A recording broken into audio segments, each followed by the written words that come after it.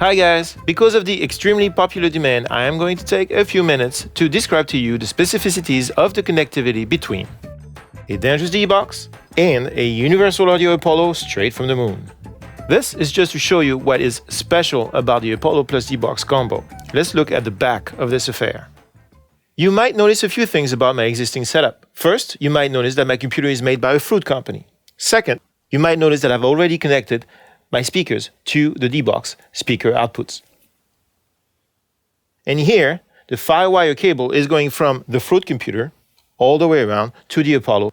That is the data connection between the computer and the Apollo.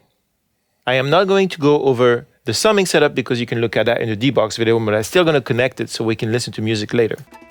In the Apollo, the outputs are here. Let's speed up.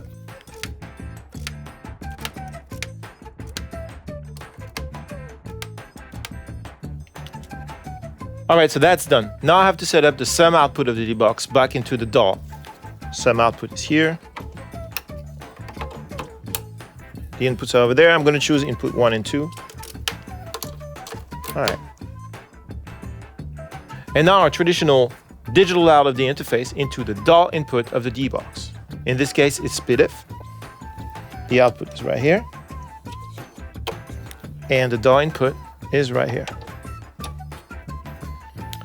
So far, this is old news with new cables, but it gets more interesting. The Apollo happens to have 8 plus 2 outputs. 8 plus 2 in most cultures is 10, but I still like to say 8 plus 2 because the extra 2 outputs are dedicated monitoring outputs. Let me show you. First, I'm going to connect the extra 2 outputs, the plus 2, into the analog input of the D-Box.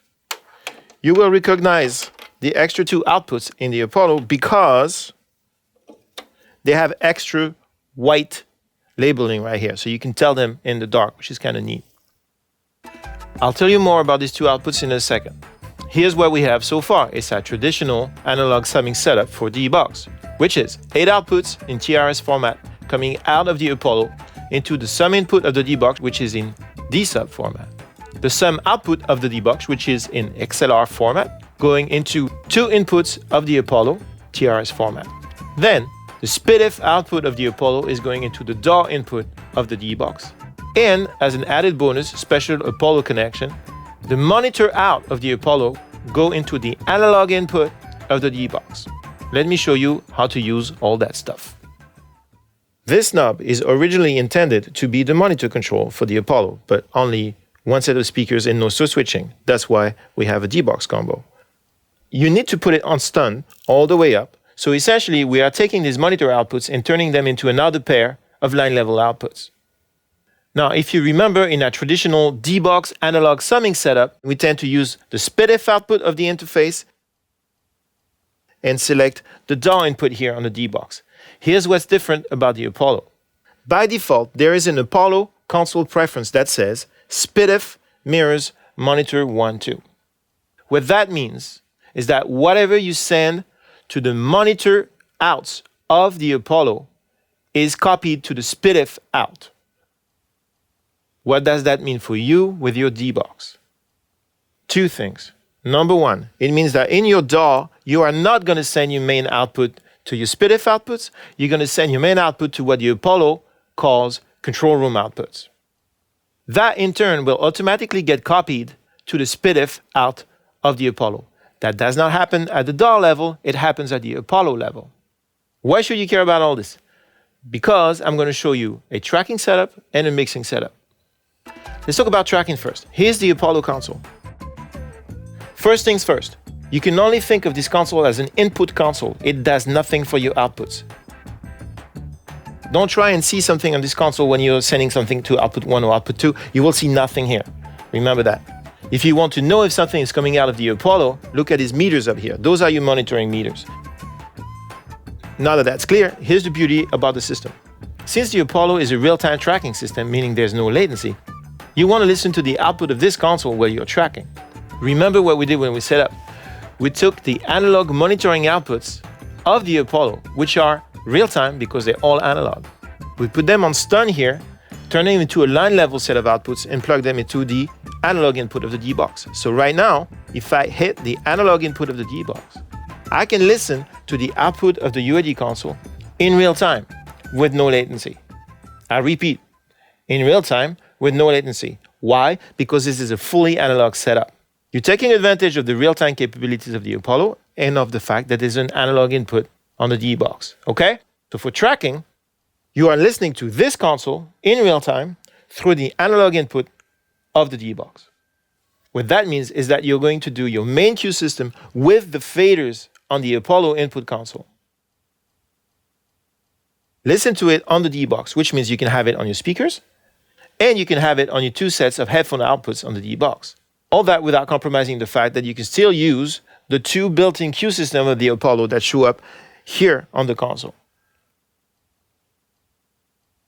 If you need to overdub anything, really nothing changes because the Universal Audio Console merges the monitor outputs of the DAW with the real-time inputs of the console in real time. As far as the D-Box goes, nothing changes. So there you have it. For tracking, you use the analog input of the D-Box and everything is in real time with no latency. For mixing, switch to the DAW input of the D-Box. As you remember, we connected the SPDIF out of the Apollo into the DAW input of the D-Box.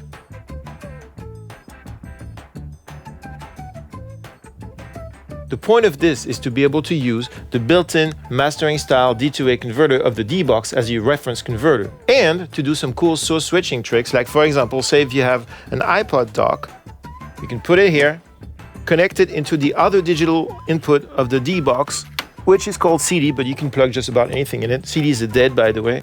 They've been replaced by this thing.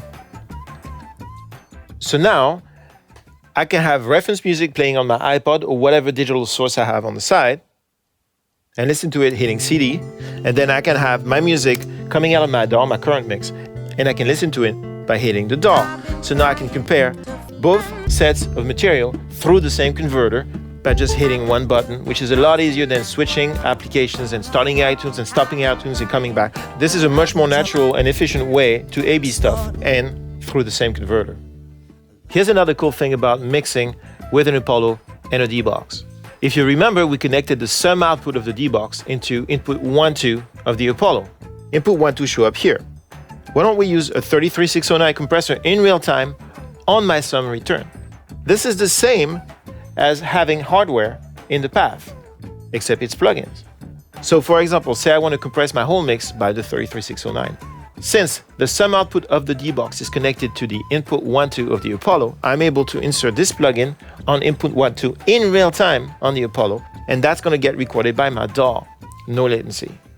So not only are you leveraging all 8 outputs of the Apollo instead of just 2 traditionally by using the analog summing capabilities of the D-Box, but you are also using the real-time processing capabilities of the Apollo on your D-Box summing output.